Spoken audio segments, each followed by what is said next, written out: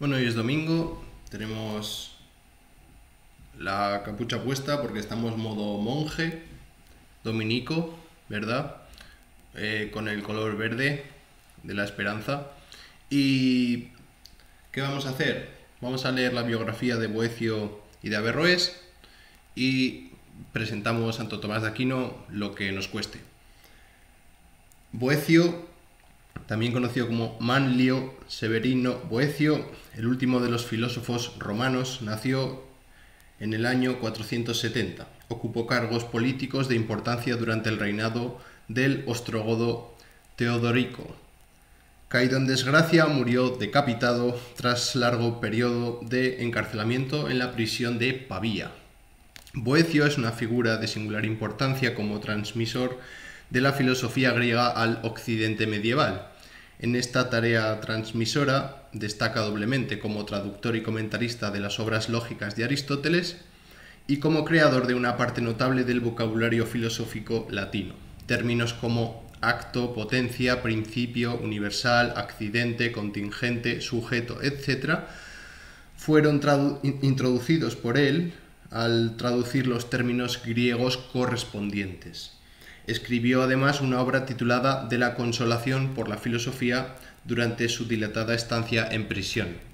Y Averroes, pues nació en Córdoba, en la España musulmana, en 1126 y murió en Marruecos en 1198. Juntamente con Avicena, es el más importante de los filósofos árabes. Hay más, ¿no? Al-Farabi, Al-Indi, hay muchos. Frente al resto de los filósofos árabes que cultivaron una filosofía platonizante o un aristotelismo platonizado, Averroes cultivó un aristotelismo puro, libre de adherencias platónicas. Escribió 3 series de comentarios a Aristóteles, menores, medios y mayores. Tanto la amplitud de su labor comentadora como la calidad de la misma le valieron el sobrenombre de El Comentador. Su influencia en Occidente fue decisiva en el siglo XIII. Además de los comentarios a Aristóteles, escribió obras que consiguieron una notable difusión, como su escrito polémico Destrucción de la Destrucción, contra la obra de Alhazen, Destrucción de los Filósofos, y un libro sobre las generalidades de la medicina, conocido en la Edad Media bajo el título latinizado de Colliget, o Colliget, qué sé yo. Bien, una vez presentados a estos autores, vamos a ver ahora cómo se realiza la síntesis del aristotelismo y el platonismo en Tomás de Aquino. Y tenemos que presentar lo que ya veníamos comentando anteriormente de la distinción entre la fe y la razón, ¿no? Que son cosas independientes y que no cada cual tiene su campo de observación, de su campo de trabajo, su campo de juicio, ¿no? De enjuiciamiento de lo que sucede en tales lugares o en tales sitios. Está claro que la posición es antifundamentalista y anti-verdad revelada, que, bueno, eso quedará ya completamente superado por la filosofía de la modernidad, ¿no? La llegada del aristotelismo a Occidente y la teoría averroísta de la doble verdad habían impuesto a los pensadores cristianos la necesidad imperiosa de replantear el problema de las relaciones entre razón y fe sobre bases distintas a las del agustinismo. En este sentido, el intento protagonizado por Tomás de Aquino es seguramente el más notable de cuantos ha producido el pensamiento cristiano. Bien, entonces, tenemos que ver cuáles son los límites de la razón. Básicamente, la fe. La teoría aristotélica del conocimiento constituyó un punto de partida y un instrumento poderoso para replantear la cuestión de las relaciones entre razón y fe. Al analizar los condicionamientos de la actitud agustiniana al respecto, señalábamos en el capítulo anterior cómo la concepción platónica y neoplatónica del conocimiento se inclinaba a afirmar que el objeto propio y adecuado de nuestro conocimiento son las realidades inmateriales.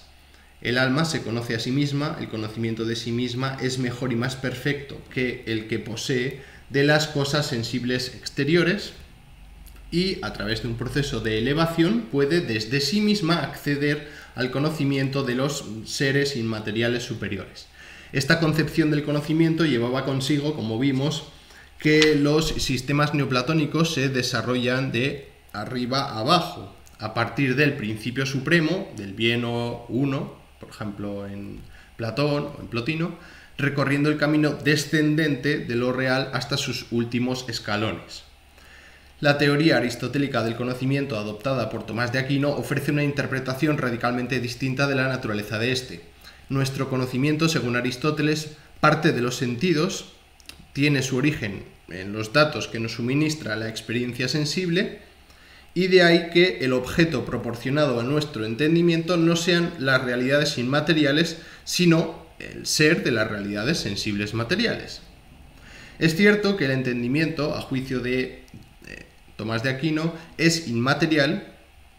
Está claro, ¿no? Pensamiento es una cuestión de inteligibilidad, no de materialidad. Si quieres, una materia espiritual, pero ¿de qué estamos hablando? O sea, cuando hablamos de materia espiritual, ¿no? De materia incorpórea. O sea, es que, claro, o sea, son conceptos contradictorios. Entonces, es cierto que el entendimiento, a juicio de Aquino, es inmaterial, como decimos, obviamente. Por tanto, en cuanto a entendimiento, tiene por objeto lo real sin limitación alguna. Pero, en cuanto a entendimiento humano, es decir, en cuanto a entendimiento ligado a la experiencia sensible, su objeto adecuado es precisamente la realidad sensible. La concepción aristotélica del conocimiento traía consigo una doble consecuencia. En primer lugar, que el edificio de la filosofía se ha de construir de abajo arriba, a partir del conocimiento de las realidades sensibles, y en segundo lugar, que la noticia que fuere posible alcanzar acerca de Dios ha de ser por fuerza imperfecta y analógica. Es decir, basada en la analogía que quepa establecer entre las realidades limitadas e imperfectas que no son conocidas y su causa, digamos, infinita, cuyo ser es en sí mismo inaccesible a la razón humana. El conocimiento natural acerca de Dios, del hombre y del universo tiene, pues, unos límites dentro de los cuales la razón puede moverse con mayor o menor acierto. La fe cristiana, sin embargo, proporciona noticias más allá de estos límites acerca de la naturaleza de Dios y acerca del destino del hombre. Estas noticias, reveladas al hombre, resultan concebidas de este modo como algo gratuitamente añadido a la razón humana, algo que no viene a suprimir a ésta sino a perfeccionarla, al igual que el orden sobrenatural cristiano no viene, en expresión de Aquino, a eliminar la naturaleza, sino a perfeccionarla. Se trata, pues, de dos órdenes que en principio no tienen por qué entrar en conflicto. Pero claro, ¿cuáles son los contenidos de la razón y de la fe? Hemos hablado de los límites del conocimiento racional y de la adición de las noticias de la fe cristiana. Esta distinción no debe, sin embargo, interpretarse como si entre los contenidos de la razón y los contenidos de la fe no existiera elemento alguno en común. Existen contenidos de la razón que no lo son en absoluto de la fe, y existen contenidos de la fe que no lo son en absoluto de la razón. Pero también existen verdades que pertenecen a ambos ámbitos. Por lo que se refiere a sus contenidos, fe y razón delimitan dos conjuntos con una zona de intersección. Por citar dos ejemplos solamente. A esta zona de intersección pertenecen, a juicio de Aquino, la afirmación de que el mundo es creado y la afirmación de que el alma humana es inmortal. El discurso racional puede llegar al establecimiento de ambas afirmaciones, y ambas afirmaciones son establecidas también por la fe cristiana. La existencia de contenidos comunes a la fe y a la razón plantea algunas cuestiones de notable interés. En primer lugar, ¿qué sentido tiene la existencia de tales contenidos comunes a ambas? Aquino justifica su existencia aduciendo razones de carácter circunstancial y de carácter estructural. Circunstancialmente, es conveniente que ciertas verdades asequibles a la razón sean también impuestas por la autoridad de la fe, ya que muchos hombres carecen de tiempo y preparación filosófica, y de no ser por la fe no les sería posible acceder al conocimiento de las mismas. Estructuralmente es conveniente también, dada la posibilidad de error que amenaza constantemente a la razón humana. En segundo lugar, la existencia de verdades comunes a la fe y a la razón pone de manifiesto que la distinción entre estas es una distinción entre dos fuentes de conocimiento. Esto tiene su importancia a la hora de distinguir la teología de la filosofía. Una y otra se distinguen primordialmente no por sus contenidos, puesto que algunos de ellos al menos son comunes a ambas, sino por la forma de acceso a los mismos. En efecto, la teología toma sus contenidos de la fe, mientras que es la razón la que suministra a la filosofía los suyos. Entonces, parece que sí que existe una colaboración de la razón con la fe. La fe y la razón constituyen, pues, dos fuentes de conocimientos distintas que a menudo informan acerca de parcelas distintas de la verdad y a veces informan de los mismos contenidos.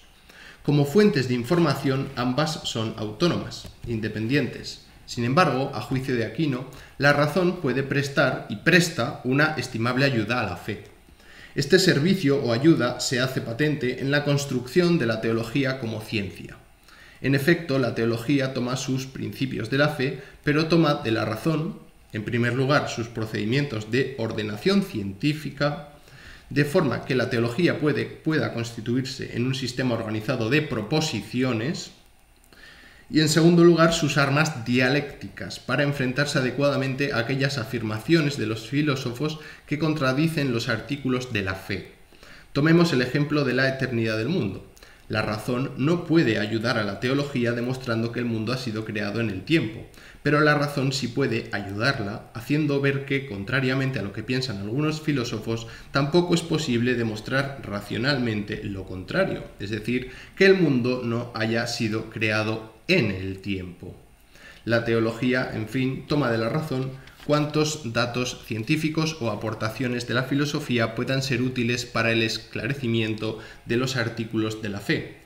La existencia de la teología es, pues, la muestra real más evidente de la ayuda que la razón puede prestar a la fe. Bien, entonces ya tenemos la última parte de la colaboración de la fe con la razón. A saber, no solamente la razón presta su ayuda a la fe, sino que también ésta, a juicio de Aquino, presta sus servicios a aquella. Puesto que no hay doble verdad y los artículos de la fe cristiana contienen afirmaciones cuya verdad es indudable, de hecho, como creyente cristiano, Aquino comparte la tesis con San Agustín, la fe sirve a la razón de norma o criterio extrínseco.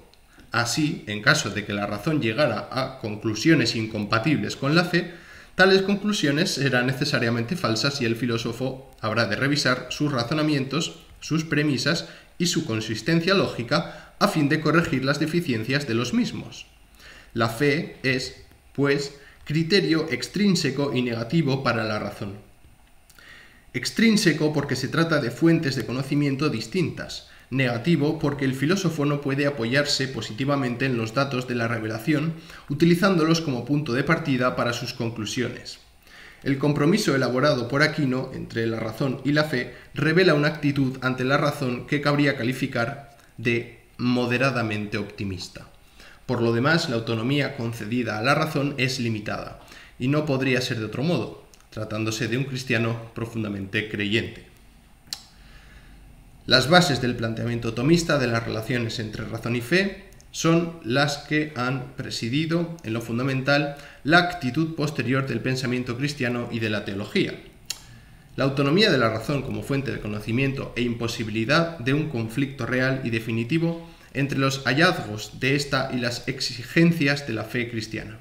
Todo conflicto aparente entre ambas procederá o bien de errores de la razón o bien de una deficiente interpretación de los contenidos de la fe religiosa. Aquí no solamente tuvo en cuenta la primera posibilidad, el origen del conflicto se halla en los errores de la razón, es lógico que así fuera, dados los condicionamientos culturales de su época. Sin embargo, una vez constituido el método científico a partir de la modernidad, los teólogos han adoptado a menudo por la segunda de las posibilidades propuestas. El origen del conflicto proviene de una interpretación deficiente de los contenidos de la fe cristiana. La interpretación de la Biblia se ha visto obligada a variar sustancialmente, especialmente en la teología protestante. Bien, pero ¿quién fue Tomás de Aquino? Una vez presentado el contexto de debate histórico-filosófico, ¿quién fue este señor? Bueno, pues nacido de una familia noble napolitana en 1224, a los 20 años ingresó en la orden de los dominicos. Al año siguiente se trasladó a París para continuar sus estudios. De 1248 a 1252 estudió en Colonia, siendo discípulo de Alberto Magno. Tras graduarse en París en 1256, su actividad docente e investigadora se repartió entre esta universidad y diversos lugares de Italia. Desde 1269 hasta 1272 desarrolla una intensa labor intelectual en París, acosado y en continua polémica tanto con los averroístas como con los franciscanos agustinistas. Murió en marzo de 1274 cuando iba camino de Lyon para participar en el concilio. Entre sus obras destacan multitud de comentarios a obras de Aristóteles, de Boecio y del Pseudo Dionisio, opúsculos como Del ente y la esencia y sobre todo la obra magna, ¿no?, la Suma Teológica y la Suma contra los Gentiles. Su filosofía ha presidido y sigue presidiendo el pensamiento católico. Entonces, tenemos que presentar la antropología tomista y la cuestión del conocimiento intelectual. Pero antes, tomaré un trago de agua, porque hasta que la IA lea con tanto carácter y carisma como el mío, tendremos que seguir siendo humanos los lectores.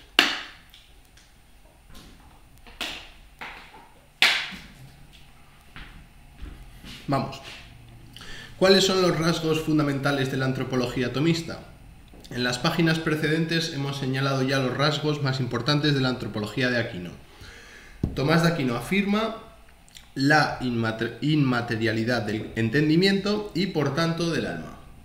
En virtud de su inmaterialidad, el entendimiento, en tanto que entendimiento, tiene como objeto el ser de lo real, el ser de todo lo real, sin limitación alguna. Pero en el hombre el entendimiento se halla vinculado esencialmente a un cuerpo material dotado de determinados órganos de conocimiento, es decir, los sentidos. ¿Ven? Los sentidos son un órgano del conocimiento sensible, está clarísimo, y eso está vinculado al entendimiento, que es el alma, ¿no? Esta vinculación del entendimiento humano al cuerpo tiene su raíz en la unión sustancial existente entre el cuerpo y el alma.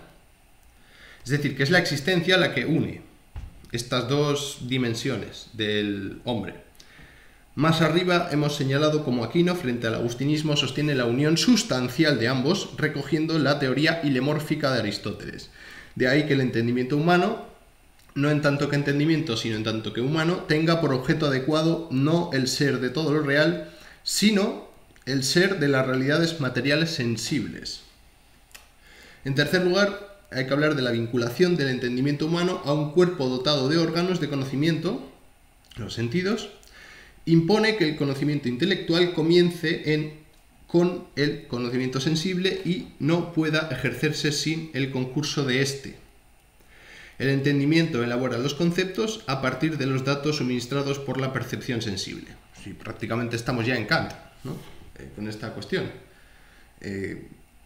del a priori, justamente. Bien, con respecto al conocimiento intelectual, el último de los rasgos señalados, el entendimiento forma sus conceptos a partir de la experiencia sensible, plantea el problema de cómo es posible pasar de las representaciones sensibles a las representaciones intelectuales, a los conceptos, ya que estos poseen características radicalmente distintas de aquellas. Veámoslo. Los conceptos se caracterizan por ser universales. No en balde, esto se lo inventó Platón. Entonces, Platón dijo que esto es así, entonces si quieres jugar al juego de Platón, pues, las piezas del juego de Platón se mueven de una determinada manera y no puedes hacer girar, moverlas de otra. Es decir, los conceptos son universales del ente. Es el ser del ente, ¿no? Precisamente, ¿no? Es el significado de las cosas concretas, de cada cual la suya. Bien, continúo. Tomemos, por ejemplo, el concepto de hombre y establezcamos la siguiente proposición. El hombre es un animal inteligente y libre. Esta proposición no se refiere a ningún hombre en concreto. No se refiere a mi vecino, ni a mí, ni a mi profesor, ni a mi hermano, ni a mi primo, ni al policía, ni al jefe. ¿Bien? No se refiere a nadie de mi vida, ¿no? Se refiere al hombre en general. Sin embargo, es válida de todos los seres humanos, de todos los hombres. Claro, porque hace referencia al ser, a mi ser como hombre.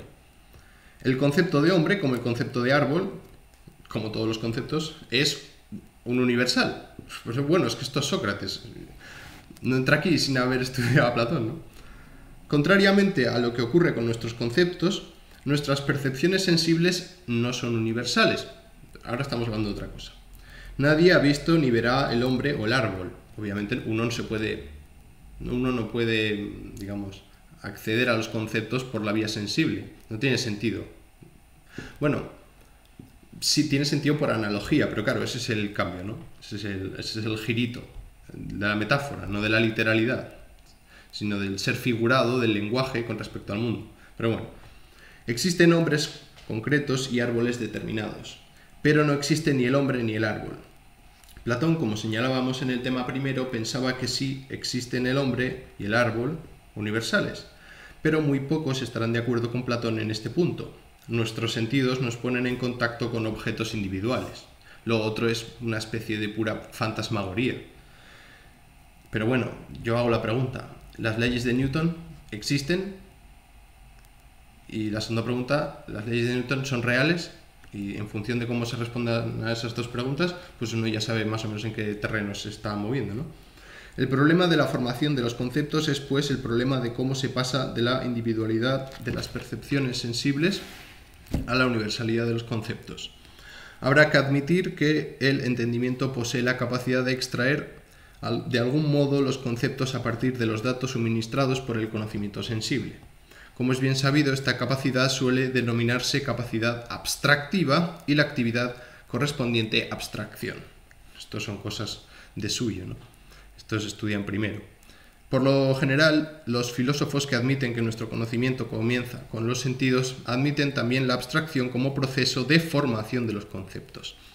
Existen, sin embargo, notables diferencias entre unos filósofos y otros en la explicación de este proceso.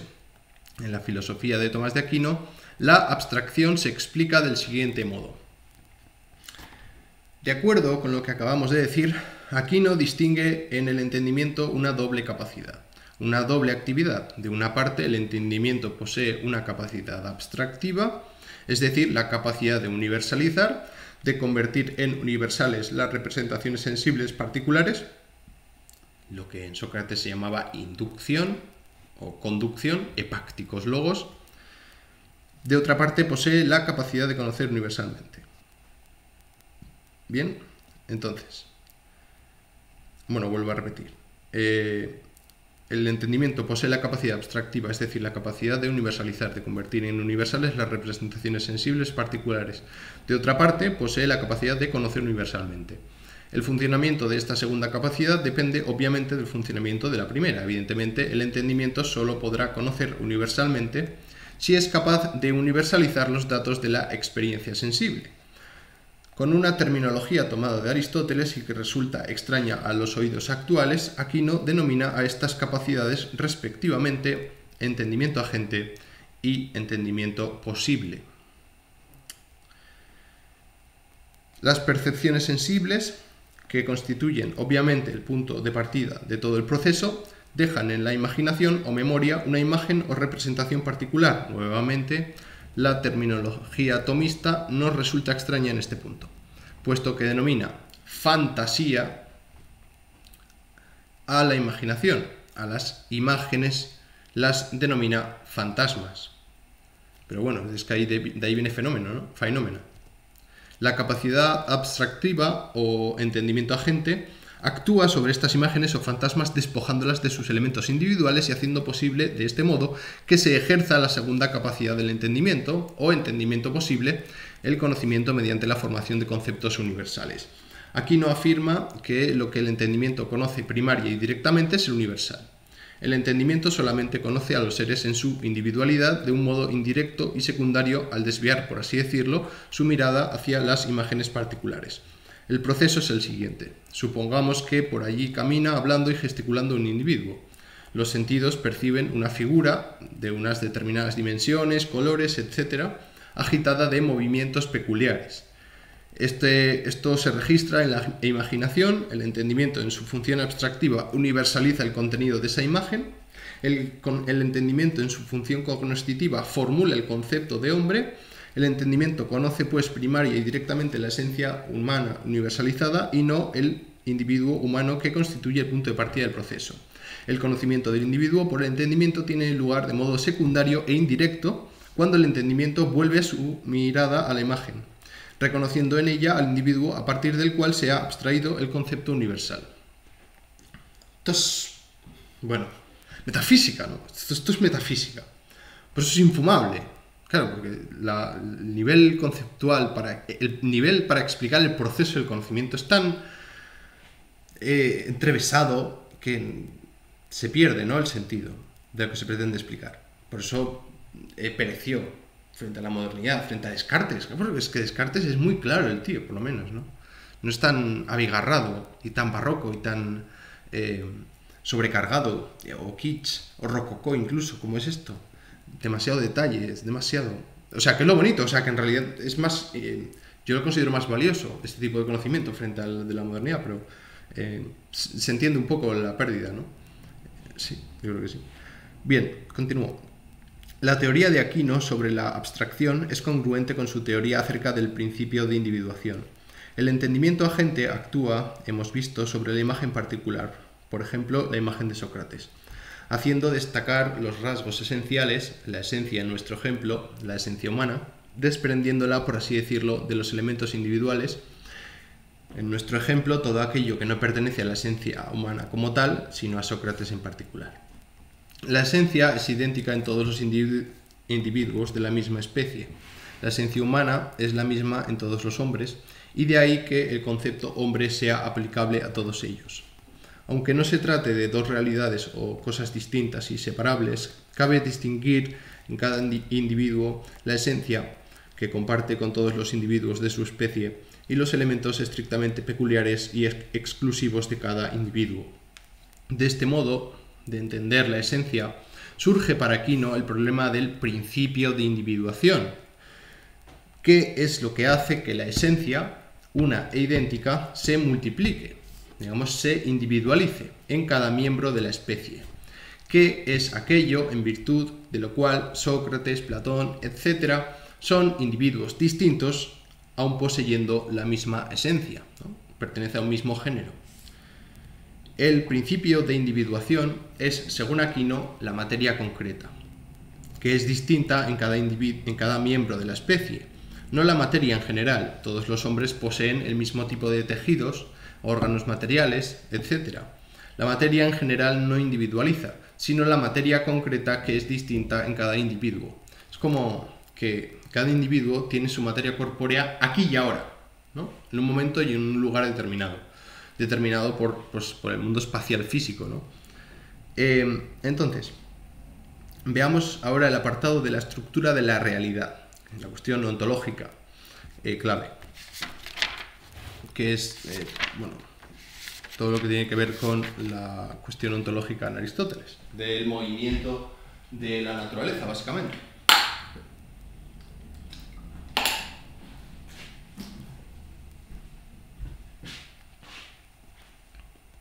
Bueno, en el apartado anterior, bajo el epígrafe, el aristotelismo de Tomás de Aquino, señalábamos las tesis más importantes que éste tomó de Aristóteles e indicábamos a continuación que en el sistema de Santo Tomás existen ciertos elementos no aristotélicos.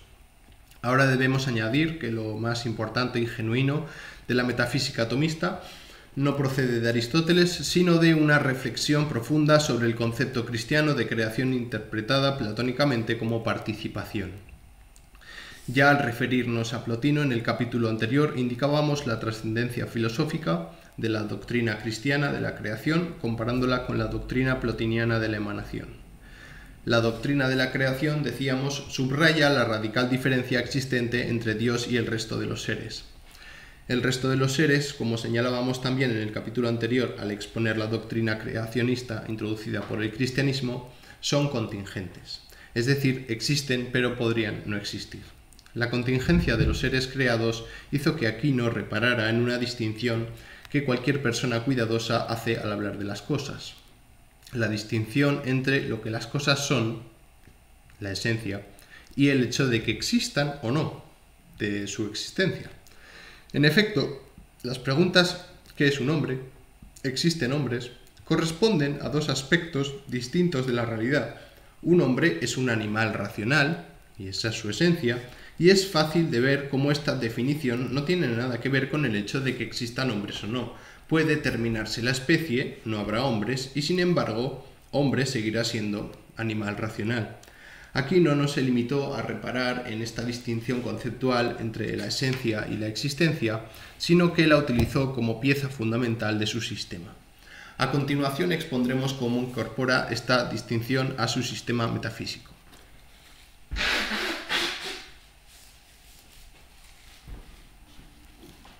Bien, contingencia y composición de esencia y existencia. Todos los individuos cristianos y los neoplatónicos también se habían preocupado insistentemente en señalar qué es lo que distingue más radicalmente a Dios al principio primero del resto de las realidades existentes. Los neoplatónicos habían establecido una distinción radical al afirmar que el principio primero se caracteriza por su absoluta simplicidad, de ahí que lo denominaran uno, mientras que las demás realidades se caracterizan por ser compuestas. Este criterio fue aceptado por la filosofía cristiana y la tradición agustiniana afirmaba que todas las realidades, excepto Dios, son compuestas de materia y forma. Tomás de Aquino acepta el criterio de la composición, pero no acepta la fórmula agustiniana de que todas las realidades son compuestas de materia y forma. Como buen aristotélico, acepta la existencia de formas inmateriales. La composición que radicalmente distingue a las realidades creadas es la composición de esencia y existencia. La afirmación de que todos los entes creados son compuestos de esencia y existencia encaja perfectamente con el carácter de contingentes de estos. Contingentes son, decíamos, aquellas realidades que existen, pero pueden no existir, lo cual significa que a su esencia no pertenece necesariamente su existencia, y por tanto son compuestos de esencia y existencia. Bien, solo un ser necesario, que no puede no existir, Dios, la esencia y la existencia, lo que es y el existir, se identifican.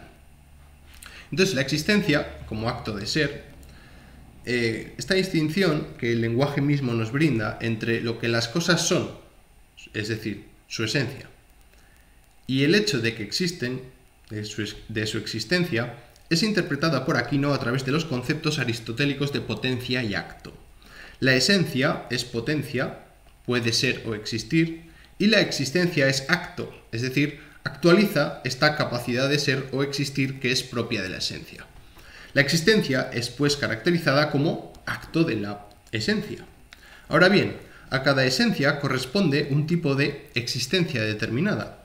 Existir para un viviente es vivir. Existir para un animal es sentir, es decir, tener vida sensitiva, ya que el animal se define como viviente sensitivo. Esta es su esencia. Existir para un entendimiento es entender. Esta circunstancia, evidente para Tomás de Aquino, de que a cada tipo de esencia corresponde un grado distinto de existencia o ser, nos obliga a ser cautos cuando utilizamos la palabra existencia en el contexto de su filosofía. Cuando hablamos normalmente de existencia, solemos interpretar el significado de esta palabra de un modo unívoco. La piedra existe, el árbol existe, el animal, el hombre existen, y esto significa para nosotros que podemos tropezarnos con ellos, que están ahí en el mundo, que los hay, igual la piedra que el hombre. Para Aquino, las proposiciones la piedra existe y el árbol existe no significan exactamente lo mismo, ya que existir es el acto de la esencia, y la esencia del árbol y de la piedra son distintas. Por eso, más correcto que hablar de composición de esencia y existencia, sería hablar de composición de esencia y ser. Y sería más correcto no solo conceptualmente, sino también terminológicamente, ya que Aquino utiliza preferentemente las palabras esentia y esse. Esse, como es bien sabido, es el infinitivo que equivale a ser. Debería, pues, hablarse de ser y de acto de ser. El acto de ser se despliega, pues, en distintos niveles de perfección, en grados más o menos perfectos según las esencias que en cada caso se actualiza, o que en cada caso actualiza, ¿no? El acto de ser es más perfecto en un entendimiento que en un animal que en una planta que en una piedra. La perfección con que en cada caso se realiza depende de la esencia, de la potencia o capacidad de ser de ésta. Aquino concluye de estas consideraciones que el ser de Dios no tiene limitación alguna, incluye toda perfección posible, ya que ninguna esencia limitada lo coarta. Su esencia es su ser y es, por tanto, el ser mismo subsistente. Entonces, en lo referente al acto de ser y a la participación, si en Dios se identifican esencia y ser, no ocurre lo mismo con los entes creados, que como hemos visto, son compuestos de esencia y ser. Los entes creados participan del ser en grados distintos según su capacidad de ser de sus respectivas esencias. Aquino recurre de este modo al concepto platónico de participación, de methexis. Aunque habitualmente se diga, y no sin razón, que Tomás de Aquino es aristotélico, no hay más remedio que señalar que la inspiración más profunda de su pensamiento no es aristotélica, sino platónica, neoplatónica, porque le interesa más de cara a la cuestión divina.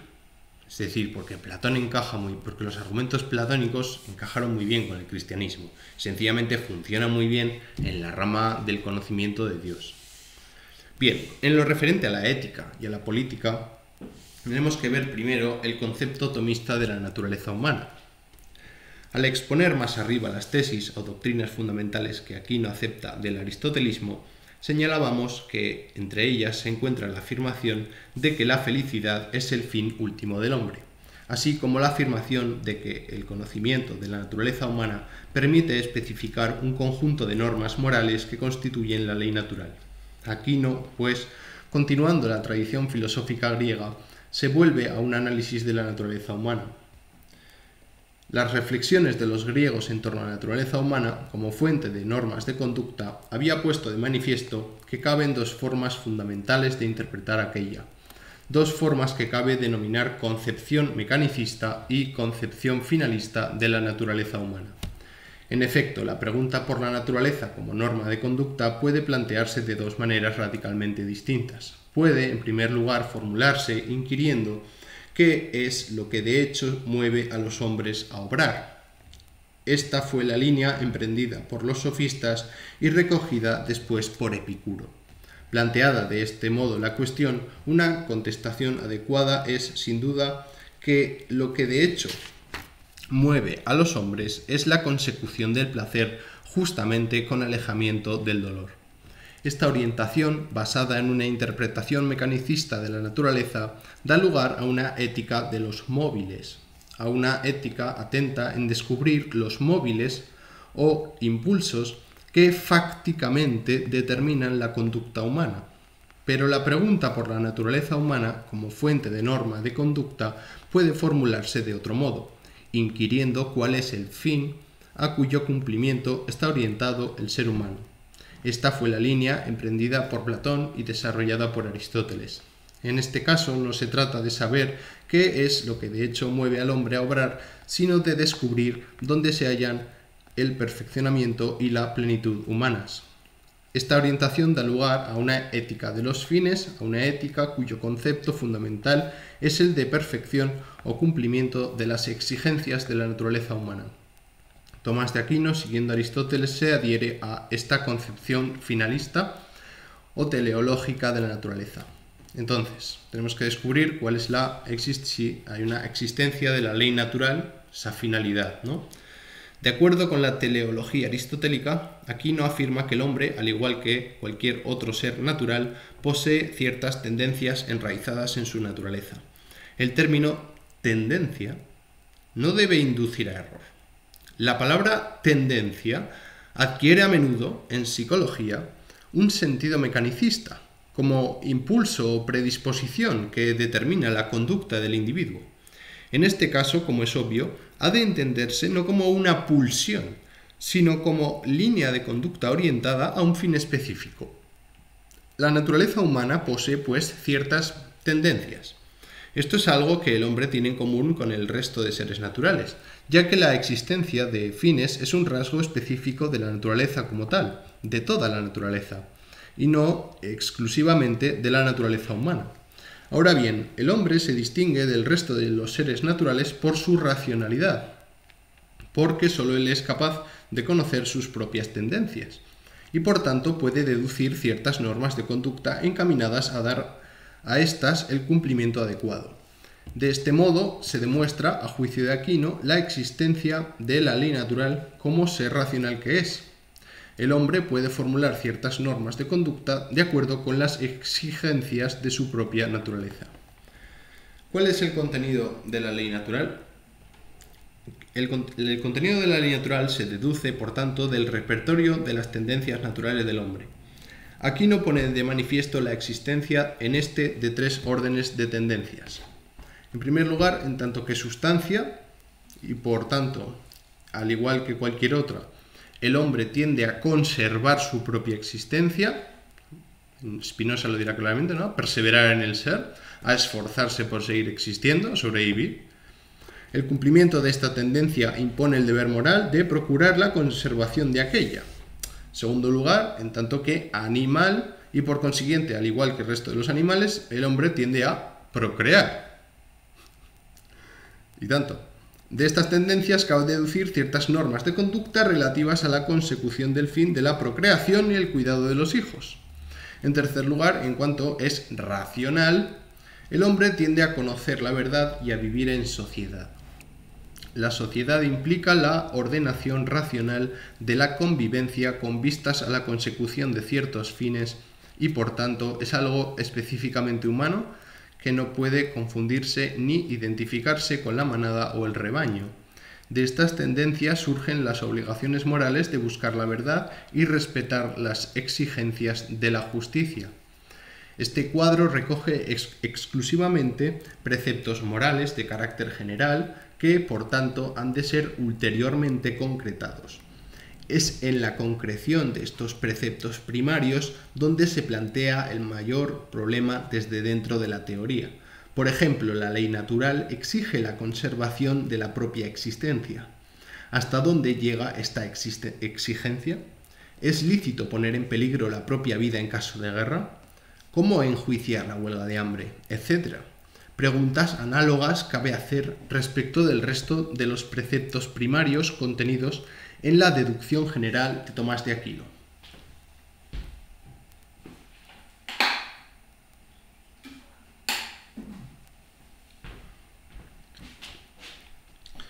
Bueno, ¿cuáles son las propiedades de la ley natural?